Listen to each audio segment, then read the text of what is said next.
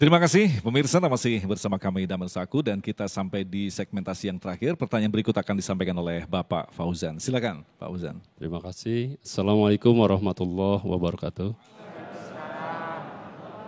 Kepada Pak Ustadz, bahwasanya kerusakan akhlak ini telah dicontohkan oleh baik kalangan di setiap kalangan masyarakat, baik kalangan terdidik maupun tidak terdidik.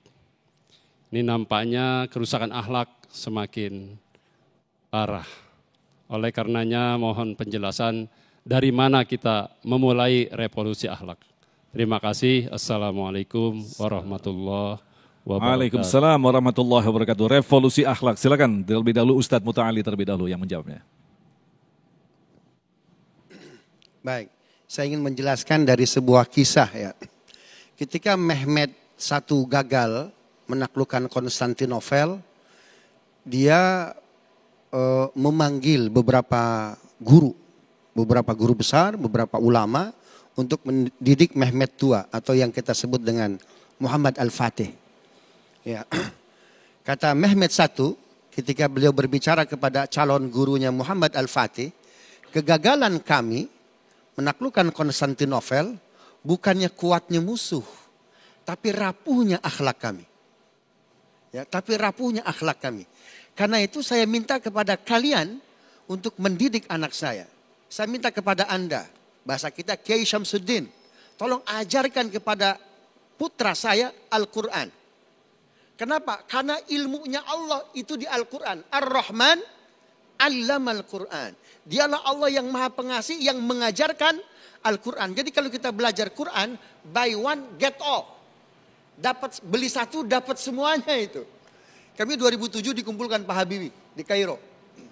Ya, yang sedang ngambil postdoc. You are orang-orang Indonesia yang sedang mengambil doktor. Ya, kalau saya bisa baca Quran seperti Anda, kalau saya bisa pahami Quran seperti Anda, Indonesia bukan hanya punya CN 235, lebih dari itu. Cuma Habibie ini nggak paham seperti kalian. Dan Pak Habibie bilang, ini secret nih ya.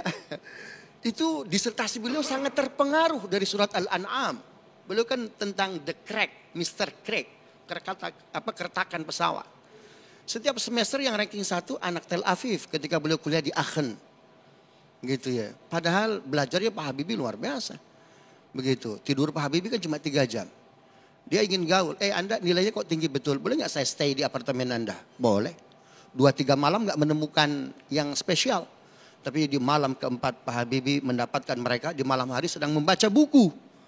Ternyata itu adalah Holy Quran. That's my Holy Quran. Ya, saya dapat inspirasi banyak dari sini. Jadi dari mana kita mulai revolusi akhlak? Dari Quran. Quran mengatakan wahyu pertamanya apa? Iqra. Bacalah.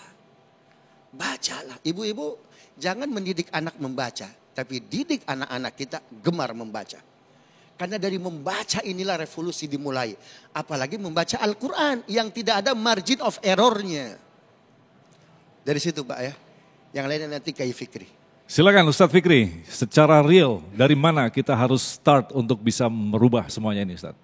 Saya menambahkan apa yang Ustadz Muta'ali sampaikan. Pertama memang harus lewat diri sendiri. Yang kedua penambahan dari saya, kita ini sebuah masyarakat perlu rujukan konkret, perlu contoh, teladan, panutan yang secara konkret bisa kita ikuti. Sayangnya panutan sekarang kita ini nyaris jadi makhluk langka.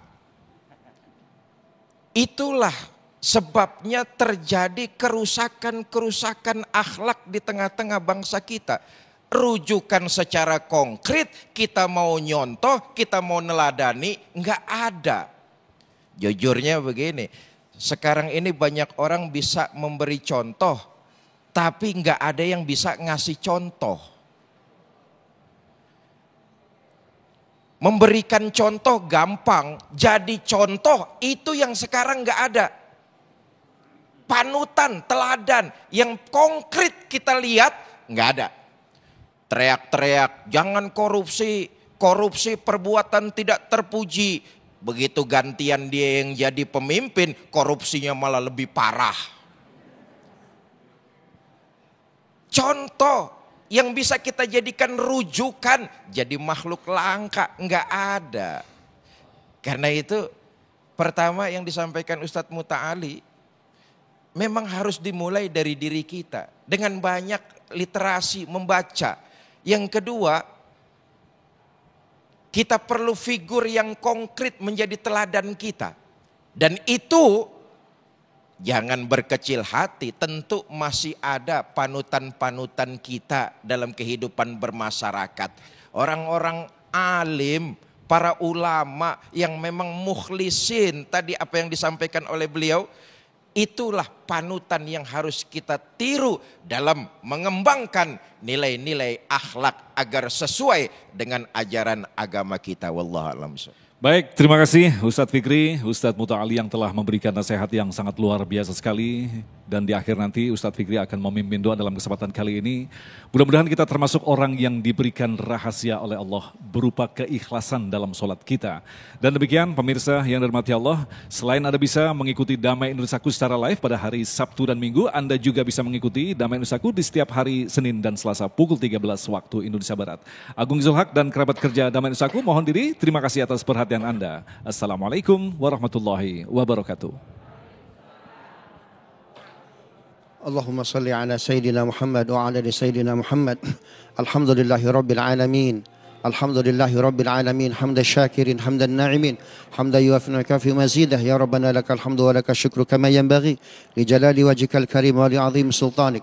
ربنا ظلمنا أنفسنا وإن لم تغفر لنا وترحمنا لنكونن من الخاسرين اللهم آت نفوسنا تقواها وزكها أنت خير من زكاها أنت وليها ومولاها. Ya Allah, baguskan akhlak kami, baguskan ibadah kami, muliakan kami di hadapan Engkau, banggakan kami ya Rabb di hadapan makhluk Engkau dengan ridha-Mu, dengan taufikmu.